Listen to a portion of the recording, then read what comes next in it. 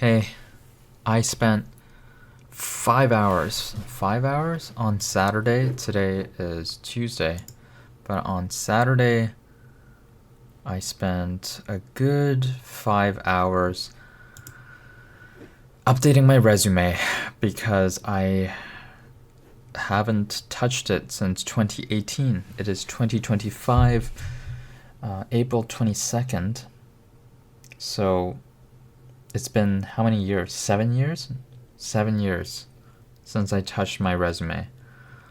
So I spent so much time on it with the help of trimming it down and making it shorter and punchier with all my experiences with the help of AI for the first time since AI wasn't available back in 2018. And turns out it was a big waste of time because I didn't even need to prepare a resume for this position of working at the polls for the Canadian election. So 5 hours down the drain for no good reason, unless I use it in the near future for another job.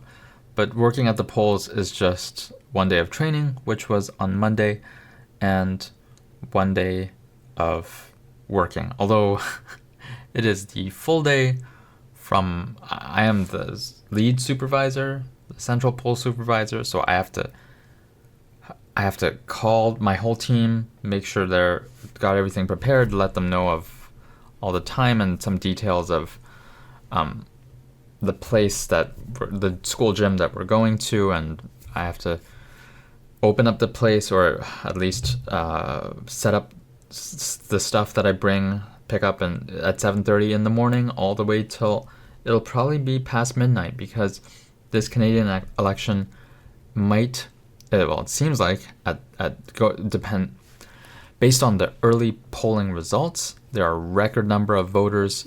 We could have over 70% turnout of people voting, which is a record. And this location where I'm going to, this school gym, apparently it's gonna be hectic. So in my previous video, what I said about there being some downtime and me spending time with my thoughts, I might not even really have that, especially in the morning and evening when it gets crowded. Maybe during the midday there'll be some downtime, but there are going to be 5 people who are handing out and counting ballots. 5 stations of voting. 5 people and 5 stations of voting within the one school gym, as well as a few other people and a couple other supervisors. So it's going to be a long day, and that is next Monday, the 28th of April. So, man, at least, even though it's from early morning till midnight or later, at least I'm getting paid for all that. So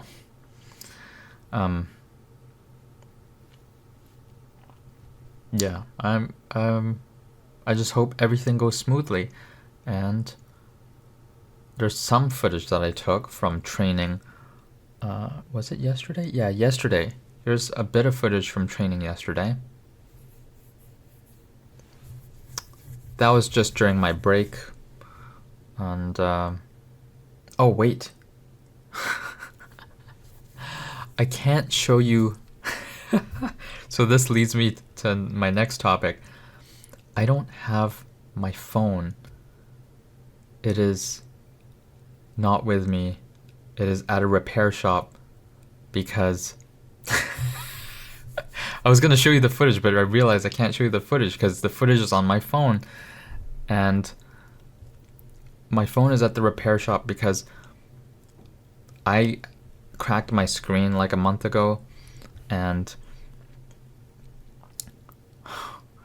I was gonna leave it, but then it started flickering. The screen started flickering, so I got it repaired at, instead of the Samsung official store where it would have cost 415 Canadian dollars plus tax, which would have been about 470 Canadian dollars. Instead of doing that, I decided to pay 400 cash at a small shop, electronic store, repair shop. And they replaced the screen and frame, no problem. And it was good. So I was like, yay, I saved a lot of money, right? $60, $70 I saved. But then I couldn't make phone calls. And I really need to make phone calls, especially given the election coming up next Monday. And I have to coordinate with my team. So this was urgent. So I had to drive back to that place, and it's not close. And my he couldn't fix it. The phone, he thinks it might be the antenna cable. So he's going to order the part, which will arrive tomorrow. And he said it might take a full day to fix it. So he said it might be ready in 2 days. So today's Tuesday, so maybe Thursday it'll be ready. So he gave me a temporary shitty phone that you see over there in the back next to the light. It's a Samsung Galaxy Note 10 from like 2017 or 2016 or something like that. Anyways, he just put my SIM card in there, so I have the same number, but otherwise all my other stuff is on my phone. So he has it, the repair guy, and I don't have any shit.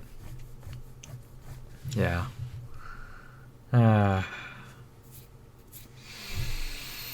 So that's how I spent most of my day today, going back and forth from Samsung store to repair store, and that didn't have the part, so another repair store further away, and then back to the repair store after coming home because of the phone not working. So it's been a waste of time, and I guess maybe the silver lining is that I got a free car adapter and fast charging cable, USB-C charging cable, because I needed to charge the phone in my car. So I got a couple small items for free. That's the upside, and that, it's $400 instead of $460, $470. But given that the Samsung official store would have done a better job and I would have no problems whatsoever, in hindsight, I should have gone to the Samsung official store for my screen and frame replacement. So that is something that I regret, but at the same time, it's a lesson learned, and I won't make that mistake again in the future.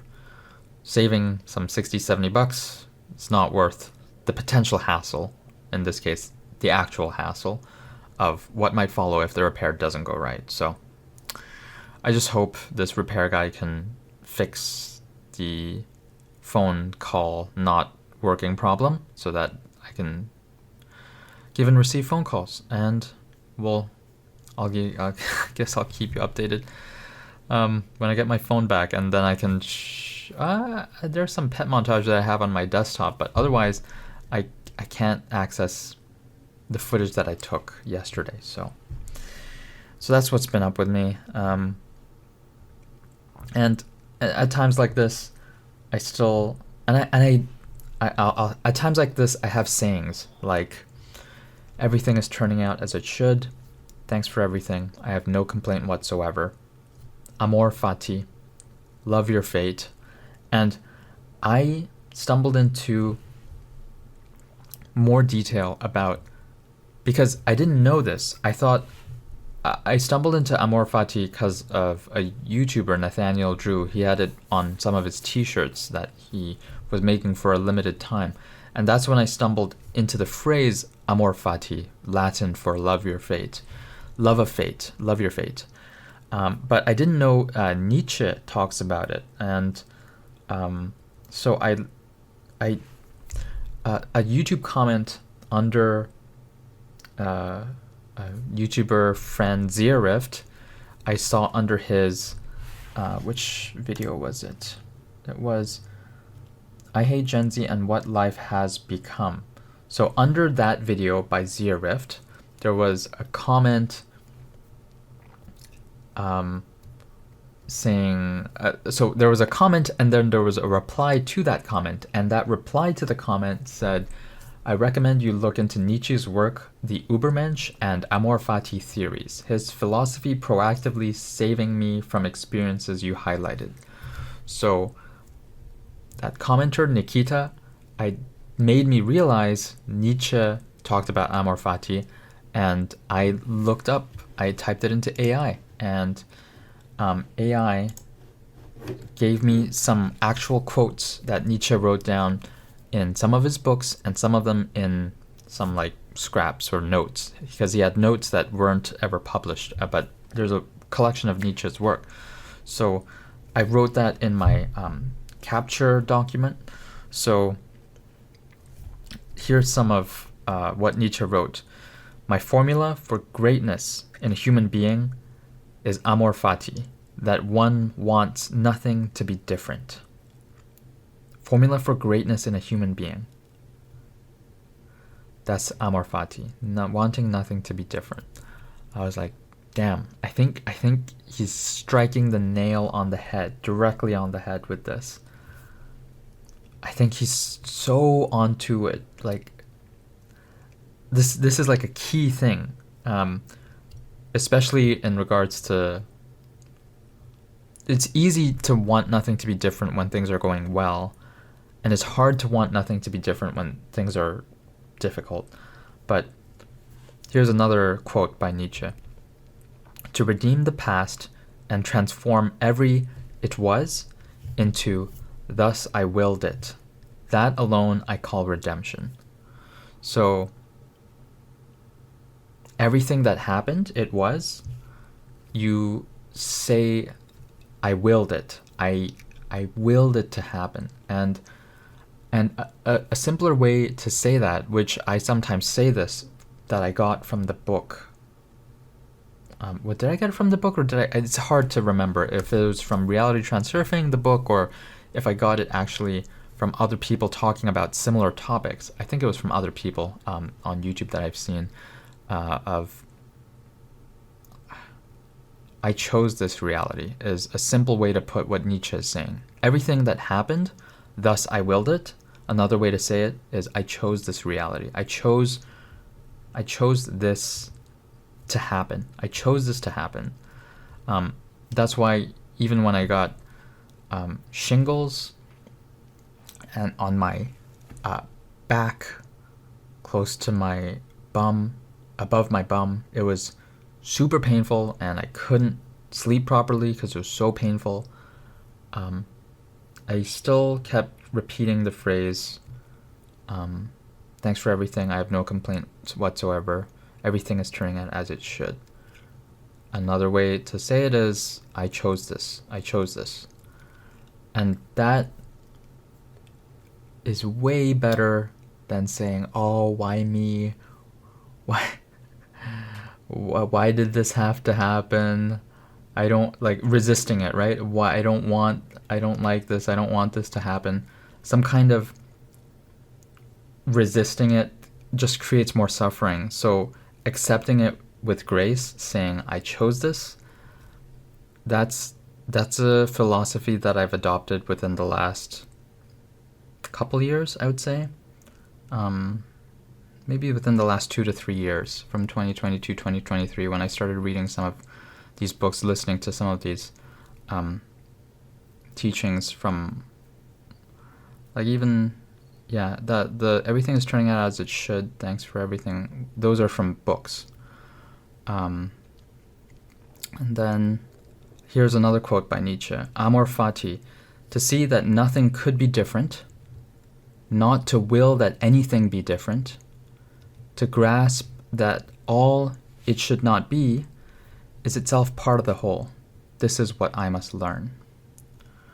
So amor fati requires rejecting the concept of should. There is no should. There is only what is. And nothing could be different from that. There is no alternative. Everything is the way it's supposed to be. And there's no other way that it'll be different. So, yeah. One wants nothing to be different. That is the formula for greatness in a human being. Amor fati. That mindset has been transformative for me. I guess this turned into a very different video. Well, first I was talking about how my resume should I don't even know if I should title it the resume thing. Yeah, I'll title it the resume thing. Anyways, yeah, this mindset, amor fati, love your fate, wanting nothing to be different, accepting everything as if you chose it. There's also, in line with Alan Watts talks about the mind experiment, where he phrases it very eloquently, but I think I'll get like copyrighted by his company if I use clips of his voice recordings. But the gist of what he says, if I'm to shorten it very greatly, imagine that you were God and you had all of God's powers, and you can make any life you wanted to have for yourself. You could choose whatever life you wanted. At the beginning, you would choose all sorts of pleasures. You'd see the most amazing, spectacular views. You'd eat the most delicious food. You'd be having all sorts of fulfilling sexual adventures and relationships, and you would choose everything that's luscious and extravagant for maybe years, decades, centuries, millennia. And you just do that again and again for what seems like an eternity. And after that, you're like, okay, well that was fun, but it's kind of boring at this point. Let's make it a little more interesting. So you add a tiny bit of challenge or suffering into the life that you choose, and then you experience that. You dream whatever dream you want to dream, and after you're sick of all the perfect dreams of pleasure, then you start dreaming something where it's not perfect, and you have some sort of growth throughout the dream, maybe some challenge that you overcome, something like that. And then you dream, eventually you'll start dreaming that you forget that you're dreaming, so that now it feels like reality. The dream is now reality, and you forgot that you're dreaming to begin with, and that you chose this dream in the first place. So now the stakes are high, because that's what life is. And eventually you dream all these dreams that to taste different kinds of sufferings, because you're so sick of everything perfect. You would eventually choose the life that you have right now. And maybe that's what you chose. You chose exactly this life because you've already previously experienced all the better lives, and now you want to have this life where, I don't know, a specific ups and downs. And maybe when you wake out of that dream, when this life ends and you wake up from that dream, you're like, whoa, that dream was a doozy. That was quite I can't quite phrase how Alan Watts phrased it. It's so well said. But dreaming whatever you choose to dream, maybe you chose this life as the dream that you're dreaming for this span of time. Because you're so sick of all the perfect dreams and all the perfect variations of the perfect dreams. So that mind experiment is exactly in line with what Nietzsche is saying about wanting nothing to be different, as if you chose this reality. Thus I willed it, as if you chose everything that's happening, as thus I willed it. You chose it. So it's all the teachings that I see on these topics from philosophers and from different religions, because I know this is very in line with some. The Bhagavad Gita apparently says very similar things. So I think Hinduism and Buddhism touch upon similar things, and it's different from Stoicism, right? Stoicism is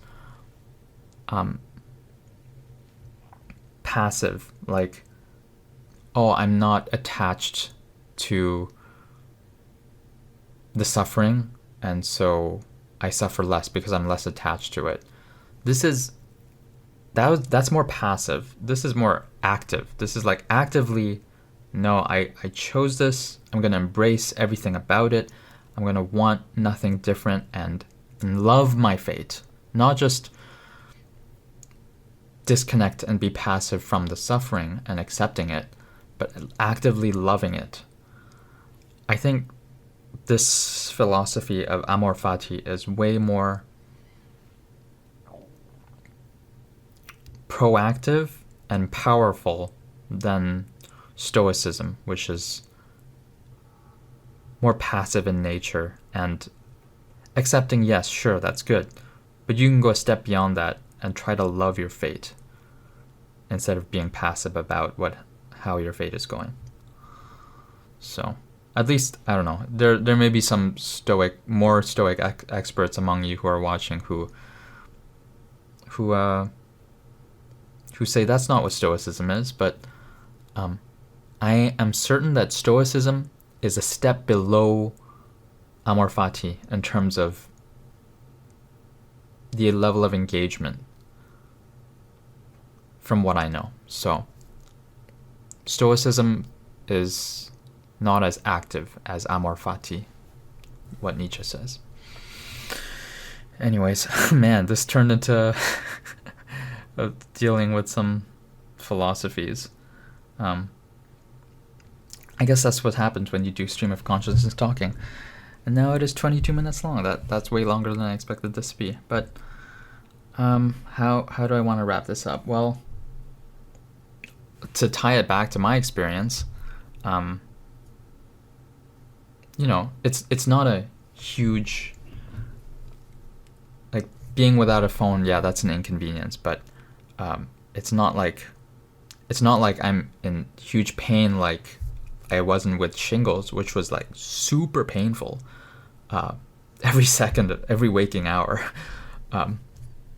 But whether it's that back then and I was saying Amor fati, and now saying Amor fati, I chose this inconvenience. I chose to go. Well, with shingles, it seems like I didn't choose it, but like I still assume like I chose to have shingles. I'm just taking on that take, if that makes sense.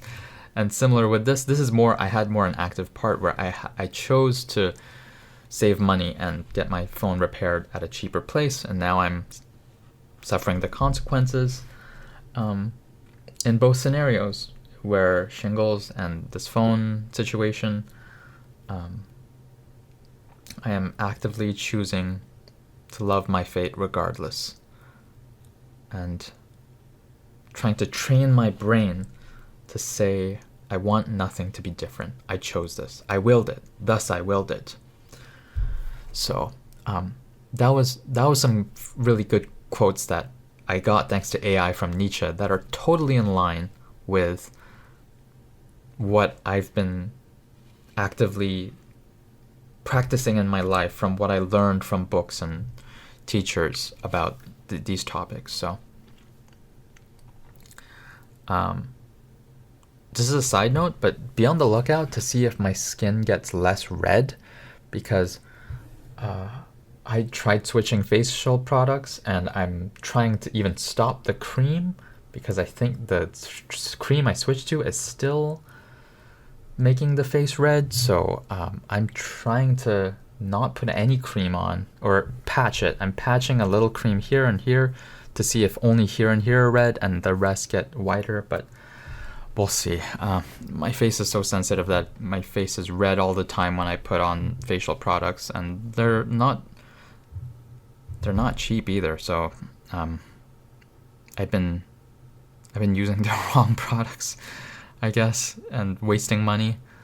I don't know. Anyways, that's another side note of like something I'm experimenting with during my life, facial products to try and make my face less red. That's something that a couple people have pointed out in my life, so I'm trying to deal with it. And okay, well, to wrap it all up again, I chose this inconvenience with my cell phone, and it is an inconvenience, but I want nothing to be different. I willed this to happen. I chose this to happen. All right, so cope. Yeah, some of you might be saying it's cope, right? That's the best kind of cope. This is like a mindset cope that makes everything better. This mindset cope makes your reality better, so my reality better. So that's the kind of cope that I'm doing, or have been doing, for the past at least couple years now.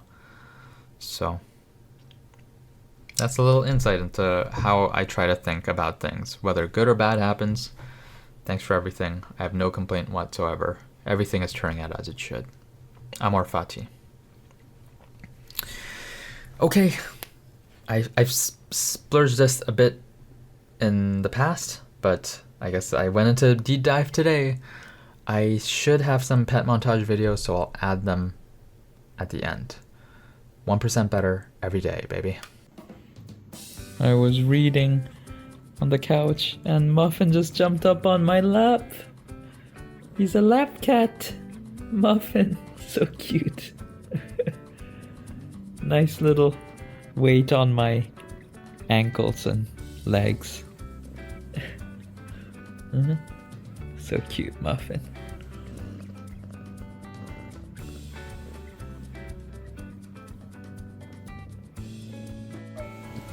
I just came home and Moti was sleeping by the door. That's usual. That's typical. She always sleeps here, but Tigger and Muffin came to greet me. So nice that you guys came to greet me. Yeah. You're staying up? No, Mochi has to pee. I gotta take her pee. Cute. Take